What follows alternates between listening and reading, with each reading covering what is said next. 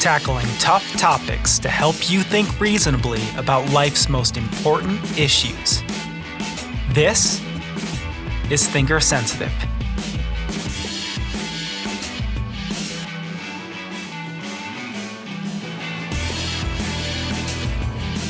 Welcome to Thinker Sensitive. My name is Ryan Ragazine, and I am your host. This is the 7th episode of our season entitled The Simpleminded Society.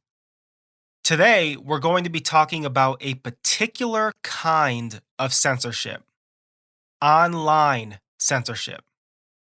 In 2018, Sam Harris, a popular philosopher, neuroscientist, and podcaster, left Patreon over the censorship and banishment of conservative accounts said to be associated with hate groups. Harris, who is probably more liberal than conservative, believed this to be the result of blatant political bias, and so he deleted his account and bailed. The notorious Joe Rogan, a person who is beloved in some circles and hated in others, but currently hosts the most successful podcast in the world, has been a consummate voice against online censorship. These two figures are a part of what some call the intellectual dark web. Made up of figures like Rogan, Harris, Ben Shapiro, and Jordan Peterson, it encompasses a group of varied and diverse influencers who hold certain key values in common. There's a great article from the New York Times called Meet the Renegades of the Intellectual Dark Web, if you're interested. Like them or not, love them or hate them, those associated with this movement share some common principles. Anti-censorship, anti-political correctness, free thinking, free speech, and truth-based rather than feelings-based or desire-based knowledge. Let me be clear. This doesn't mean that they're always consistent with their values or that they actually live up to their ideals in practice. That, of course, is contestable and up for debate. Thinker Sensitive represents a Christian appropriation of some of these aforementioned values, combining notions of freedom with Christian love, speaking freely in love. So let's discuss the issue of online censorship, the web police, the big brothers of the internet. Social media companies and big tech corporations have set a historical precedent for banning, blocking, demonetizing, and blacklisting various videos, podcasts, blogs, and social media accounts. They basically censor whatever they subjectively deem as inappropriate. These decisions are often based on the subjective, relative, ambiguous, and too often misapplied standard of hate speech. Now, private censorship from private companies is legal, but is it unethical? And should it be legal or unregulated when it is executed by corporations that function as monopolies on modern communication and information? University of Detroit Mercy law professor Kyle Langvart sums up the main concern. He says this: "What concerns me is that we entrust a few unaccountable and self-interested tech companies to govern online discourse. It seems obvious to me that this is an unacceptable way for a liberal society to do business. These companies are influenced, at least in some way, by the powers of various foreign governments, who have been reported to pay a lot of money to social media platforms for ads, with the purpose of influencing political opinion and action. A 2019 article from VOA called Foreign Money Flows into U.S. Politics goes into this extensively. Some of these powers don't hold to the democratic ideals of the United States. China is a great example of online censorship on a mass scale, as they filter what their citizens can access online. I believe Twitter, Facebook, and YouTube are all blocked in China today. So a question looms. Are social media companies more interested in money and profit, or in civil liberty and constitutional goals? Now, this is a tough question because I believe that the purpose of a business is to make a profit, but at what cost? I also don't know how I feel about social media platforms policing certain ads from certain sources. But I also don't like the idea of foreign influences impacting the kind of news that we see and don't see on these platforms. There's also the issue of ideological bias on media platforms, and in particular from those who moderate and run social media platforms. Both sides of the political spectrum have been targeted and have voiced opposition. However, it's definitely fair to say that there is a natural liberal and agnostic or non-theistic bias in big tech companies, which are dominated by West Coast Silicon Valley millennials and young professionals. By and large, these companies are run by those with strong liberal and non-theistic biases. I'd encourage you to read the 2018 article from Vox by Caroline McCarthy with the subtitle, Silicon Valley is a Young Atheist World, and That's Becoming a Problem. For those wondering, Vox is known as more of a liberal-leaning media or news outlet.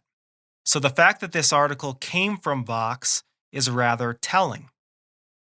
I want to take some time at this point to evaluate the criteria that big tech companies use and social media platforms use to make judgments on what type of content should be censored and what type of content should not be censored. I'm going to use Facebook as an example. Hate speech is the main criterion for censorship on Facebook. Facebook defines hate speech, quote, as a direct attack against people rather than concepts or institutions on the basis of what we call protected characteristics: race, ethnicity, national origin, disability, religious affiliation, caste, sexual orientation, sex, gender identity, and serious disease.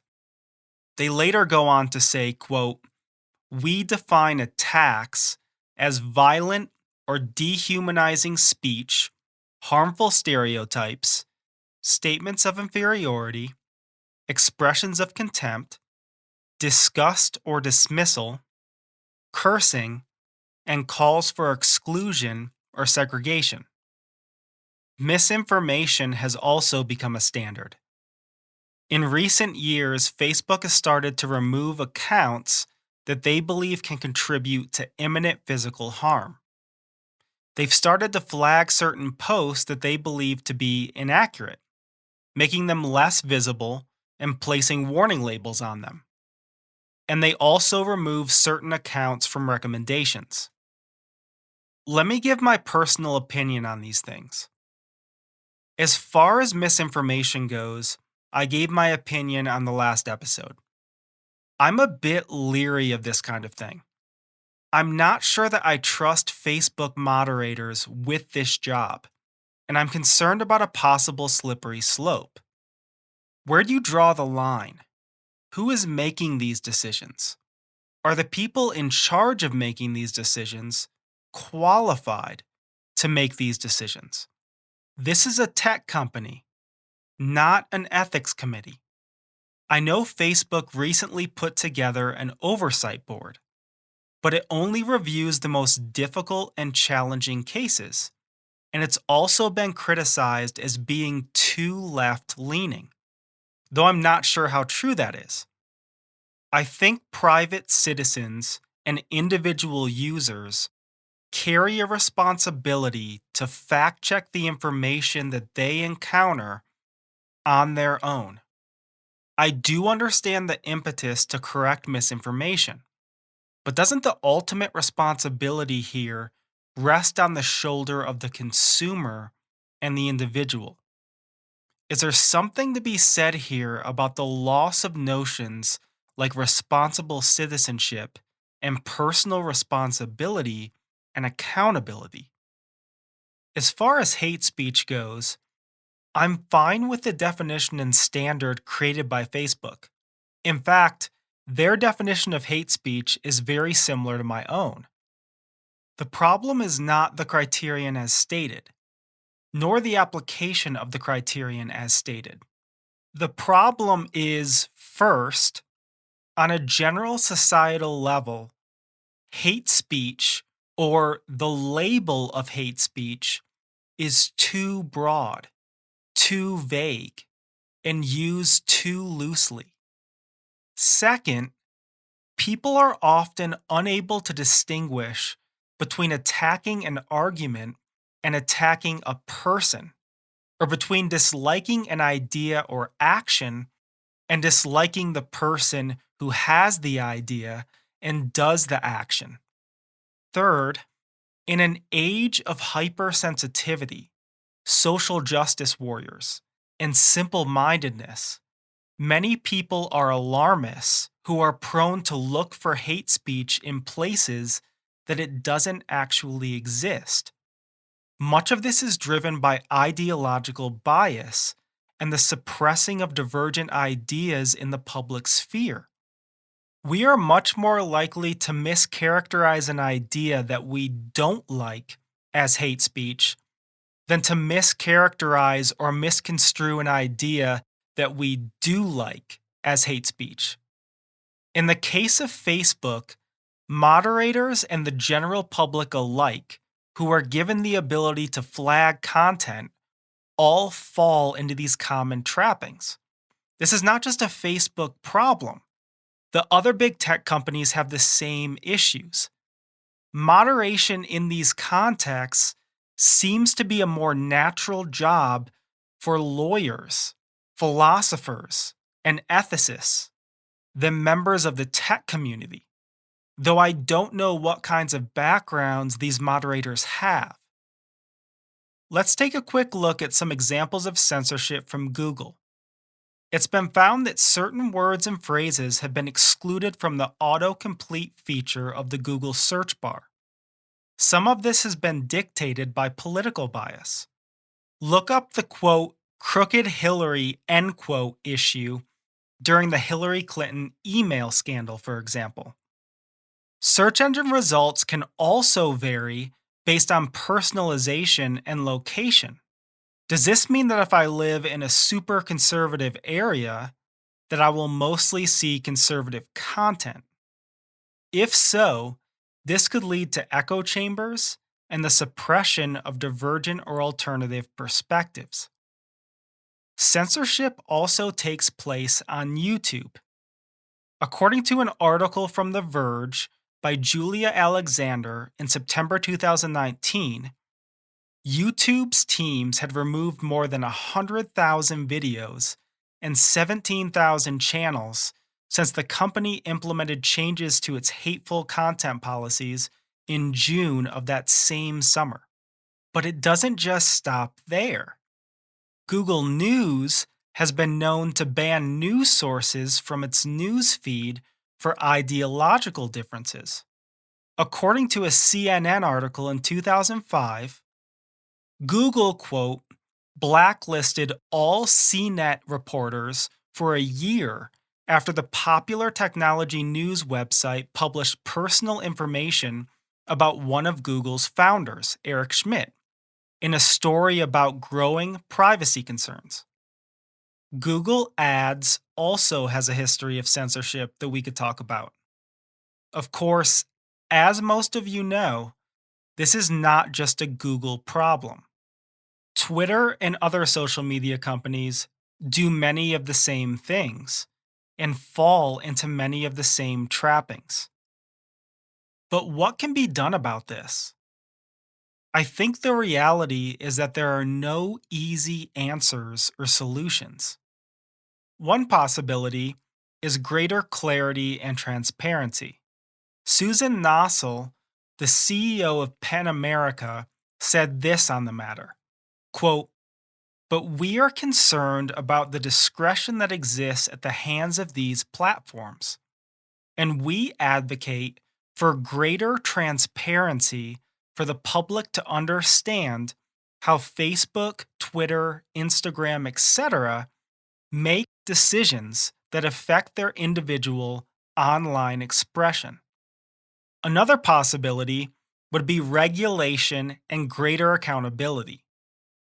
Kyle Langvart from the University of Detroit Mercy says, quote, "The queasy answer is that the very largest platforms should be subject to some kind of ongoing administrative oversight of their censorship practices. It's an ugly solution, but I think our society will eventually wind up there if we continue to care about free speech."